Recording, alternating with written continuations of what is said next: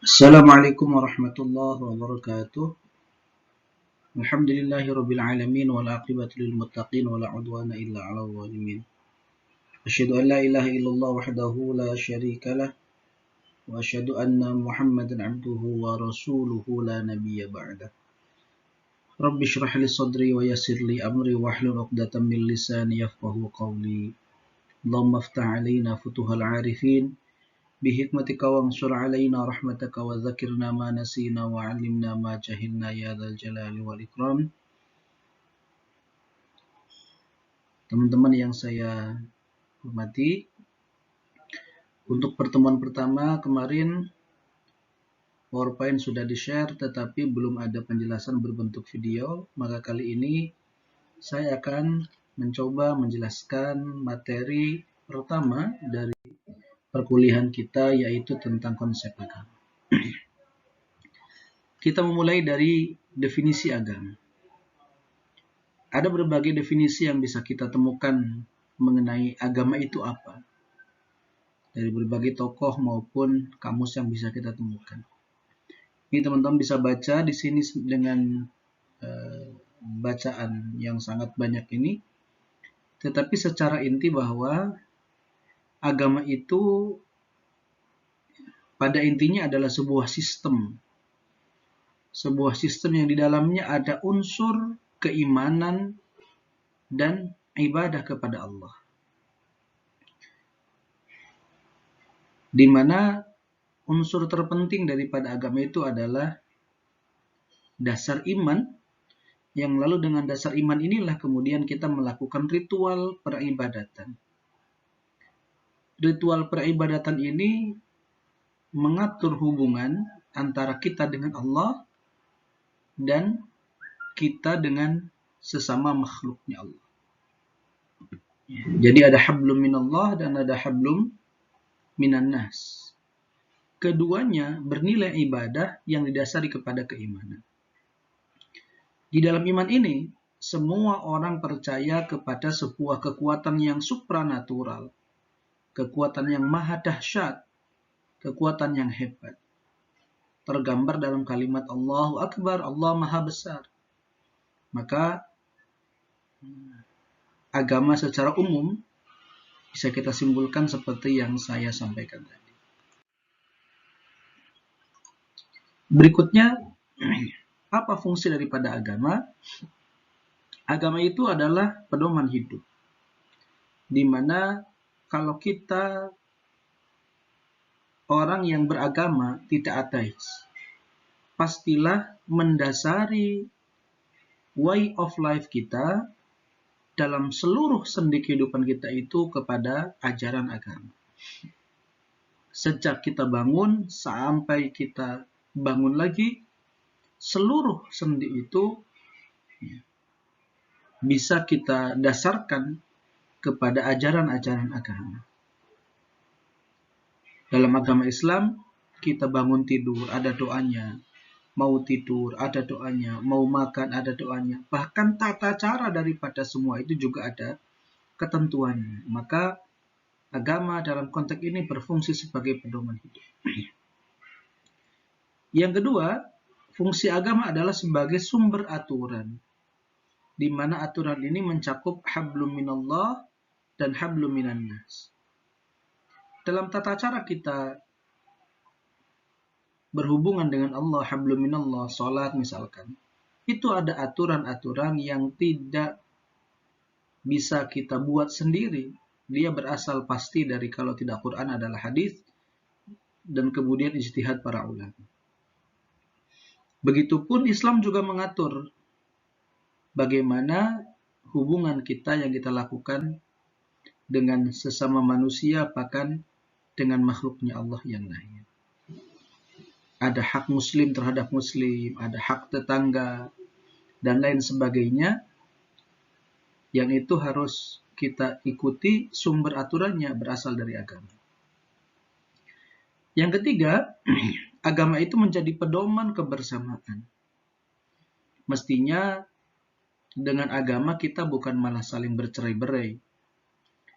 Dengan agama bukan saling menyalahkan, tapi innamal mu'minuna ikhwatu.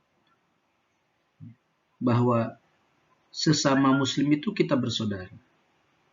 Bahkan terhadap agama lain sekalipun, Nabi juga melakukan kegiatan-kegiatan secara bersama dalam konteks muamalah. Tentu dalam konteks ibadah, kita ya masing-masing. Lakum dinukum waliyadin. Tapi dalam konteks muamalah, berdagang, kuliah, dan lain sebagainya, dalam konteks masyarakat, agama mestinya adalah hal yang menyatukan kemanusiaan, menyatukan sesama manusia, bukan malah saling membenci. Agama berfungsi sebagai pedoman keyakinan. Ada banyak sekali ajaran agama yang berhubungan dengan konteks iman. Makanya kita akan menemukan banyak sekali hadis yang menyandarkan perbuatan itu pada dasar iman. Misalkan, man kana yu'minu billahi wal yaumil akhir falyaqul khairan aw liyasmut. Itu hadis yang membunyikan man kana yu'minu billahi wal yaumil akhir. Itu jumlahnya banyak sekali. Akhlak manusia itu didasarkan kepada pedoman keyakinan. Kebaikan manusia didasarkan kepada pedoman keyakinan. Maka pedoman iman berupa kalimat tauhid itu menjadi sesuatu yang luar biasa, menjadi dasar bagi seluruh hal setelah keyakinan tertancap di dalam hati kita. Lalu agama juga berfungsi memberikan identitas kita sebagai umat suatu agama. Karena masing-masing umat agama ini memiliki identitas yang berbeda antara satu dengan yang lain. Kemudian saya akan menerangkan apa saja yang harus ada di dalam agama, unsur-unsur pembentuknya atau rukun agama. Yang pertama, setiap agama pasti memiliki kepercayaan, di mana kepercayaan ini menjadi sebuah prinsip, menjadi ideologi yang tertanam, yang kemudian dia akan berbuat dengan kepercayaan ini, dengan dasar iman ini. Yang kedua, setiap agama pasti memiliki simbol agama. Kalau dalam agama Kristen misalkan ada simbol salib. Untuk Islam, secara simbol physically mungkin tidak begitu tampak. Tapi paling tidak kalau di Indonesia, orang yang pecian itu umumnya beragama Islam. Meskipun lalu peci hitam ini sudah menjadi simbol nasionalis. Lalu yang ketiga, setiap agama pasti memiliki praktik keagamaan. Kalau di Islam ada sholat, ada zakat, ada puasa, atau ibadah ghairu mahdhah. Seperti kita punya praktik silaturahim, akhlak kepada yang lebih tua, akhlak kepada guru, kepada dosen, dan lain-lain. Itu bagian dari praktik keagamaan. Lalu yang berikutnya adalah pengalaman keagamaan, di mana ada ruh-ruh spiritual dari setiap agama ini yang nanti dirasakan oleh orang yang memeluk agama tersebut. Unsur-unsur ini biasanya hampir ada di seluruh agama. Yang kelima, setiap agama pasti memiliki penganut, memiliki umat beragama.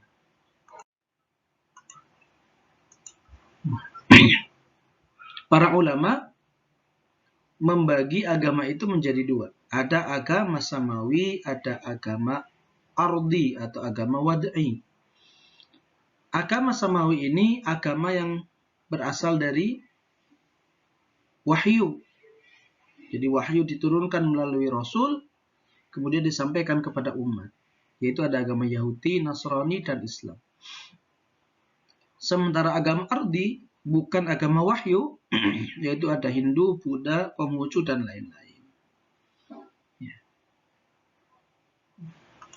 Lalu karakteristik agama. Apa bedanya antara agama wahyu atau agama samawi dengan agama bumi atau agama ardi atau wad'i? Ya, bisa teman-teman baca ini. Yang pertama, agama wahyu itu bisa ditentukan lahirnya dan bukan tumbuh dari masyarakat, melainkan diturunkan melalui wahyu kepada masyarakat. Sementara agama bumi tumbuh secara kumulatif dalam masyarakat penganutnya. Yang kedua, disampaikan oleh utusan, oleh Rasul. Yang Rasul ini dipilih oleh Allah. Bukan diciptakan oleh dia, tapi dia hanya sebagai perantara dalam menyampaikan risalah itu. Sementara agama ardi tidak disampaikan oleh utusan Tuhan. Dia memiliki ajaran yang dia sendiri yang membuatnya. Yang ketiga, memiliki kitab suci yang bersih dari campur tangan manusia. Murni wahyu dari Allah. Sementara agama ardi umumnya tidak memiliki kitab suci. Walaupun ada, itu senantiasa terjadi revisi-revisi, perubahan-perubahan sesuai dengan perjalanan agama tersebut. Dan masih banyak lagi ke bawah, bisa dibaca sendiri. Nanti kalau ada yang kurang jelas bisa ditanyakan di forum diskusi. Ini peta sebaran agama di dunia. Yang warna ungu ini ada Kristen, yang warna hijau ini ada Islam, yang warna kuning ini ada Buddha, yang warna biru ya nggak kelihatan, kecil sekali karena di Israel yaitu Yahudi. Ini ateis, ada di Rusia ya, dan lain-lain, dan agama-agama lokal indie gitu ya, ada Hindu, ada China religion dan seterusnya, bisa dilihat sendiri dan bisa diklik nih kalau itu sumbernya dari mana. Perkembangan agama di dunia. Fakta-faktanya apa sih tentang agama itu? Bahwa Islam itu agama termuda di dunia. Pada masa dahulu jumlah umat Islam di bawah Katolik, Hindu, Buddha, dan Kristen Protestan. Islam sebagai ajaran yang dibawa oleh Nabi Muhammad itu sebenarnya paling mudah di antara agama samawi yang lain. Pada masa dahulu, mayoritas orang Asia ini memeluk agama Hindu dan Buddha. Afrika dan Arab itu kebanyakan beragama Kristen, Hindu, atau menyembah berhala. Pagan namanya. Ya. Kristen itu lebih dulu datang 600 tahun sebelum Islam di bawah Nabi Isa. Bahkan Hindu Buddha ini 1000 tahun sebelum Islam.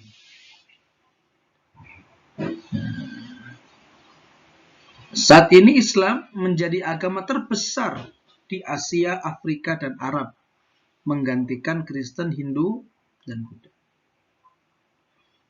15 Januari diperingati sebagai Hari Agama Sedunia, World Religion Day. Dari sekian banyak buku yang pernah terbit, buku yang paling banyak terjual itu Injil, kitab sucinya umat Kristen. Diperkirakan 50 buah buku Injil terjual setiap menit, dan sekitar 5 miliar Injil terjual di seluruh dunia. Tapi kalau kita cek dari survei yang lain, buku yang paling banyak dibaca itu Al-Quran. Kita harus bangga. Karena Al-Quran ini pasti dibaca oleh umat Islam ketika sholat. Minimal sehari 5 kali. Minimal. Itu belum kalau ada yang sholat duha, ada yang sholat tahajud, ada yang sholat qobliyah, dan lain sebagainya. Jadi kalau yang terjual mungkin Injil terbanyak, tapi kalau yang dibaca pasti Al-Quran yang paling banyak. Saat ini Kristianitas adalah agama yang mempunyai pemeluk terbanyak di dunia. Jadi orang Kristen itu paling banyak, 2,2 miliar orang. Dan Islam nomor 2, yaitu 1,6 miliar orang. Seluruh umat Islam di dunia sepakat memiliki kitab suci yang sama, yaitu Al-Quran. Karena memang Quran ini punya keistimewaan mukjizatnya terjaga sampai hari kiamat. Nah, inna nahnu nazzalna dzikra wa inna lahu lahafizun. Pengikut agama Yahudi disebut dengan Yudaisme nggak banyak, jumlahnya hanya 14-17 juta orang di seluruh dunia. 6 jutanya di Israel dan yang 5 jutanya di Amerika. Cuma mereka ini suku yang diberikan keistimewaan sama Allah meskipun sedikit mampu menguasai dunia. Hari ini tapi. Ya. Agama yang paling tua itu agama Hindu. Sekitar 1 miliar orang memeluk agama Hindu ini. Di mana? Di India, Nepal, dan Sri Lanka.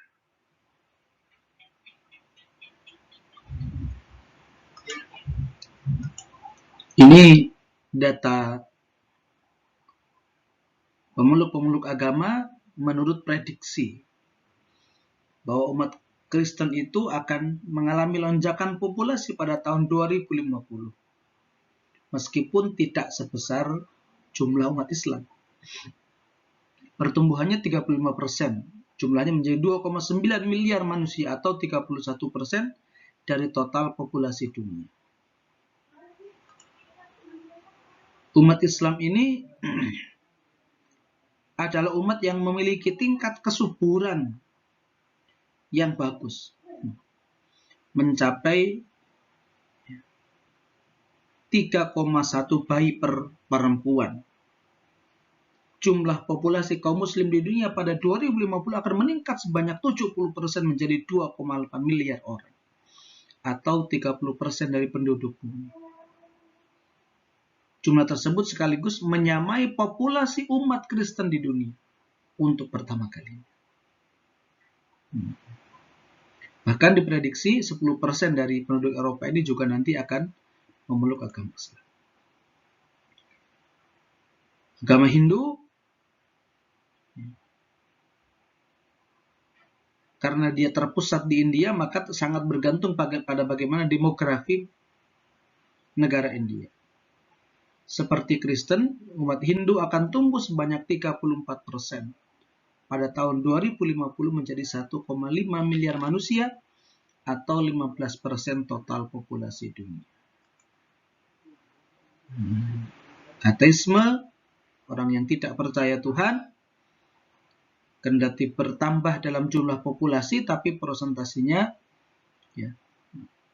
berkurang dari 16% menjadi 13%. Peningkatan terbesar Amerika Utara dan Eropa. Pada tahun 2050, sebanyak 26% penduduk Amerika Serikat diyakini tidak memiliki agama.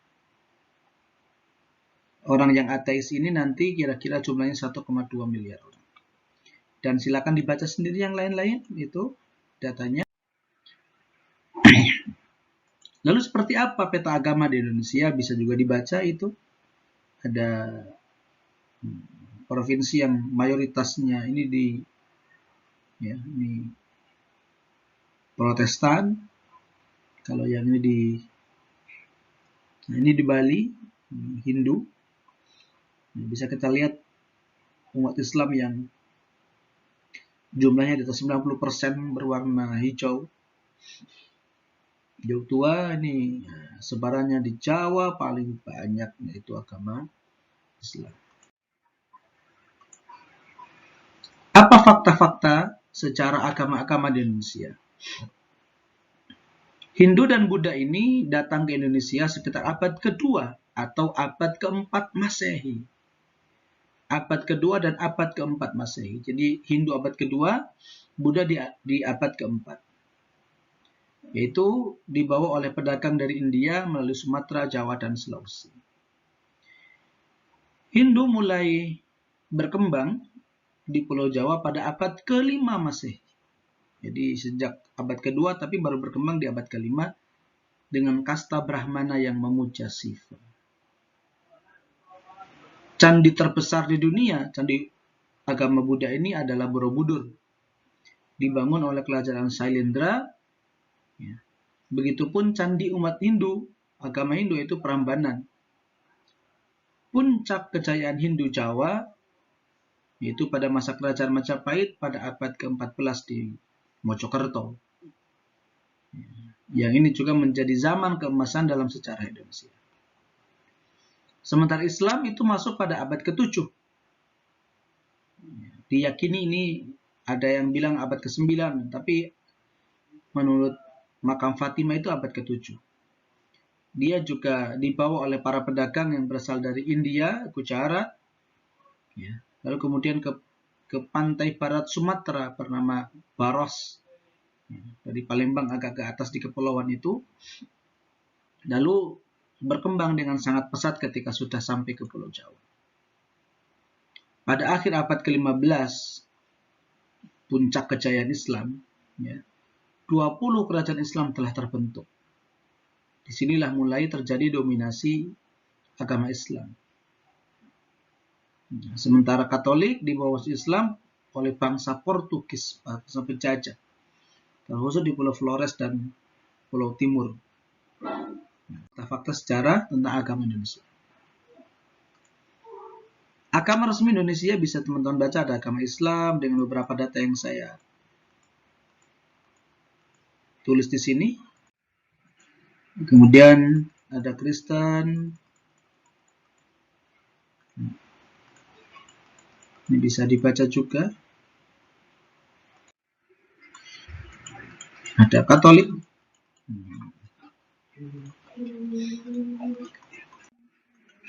Ini juga ada agama Hindu.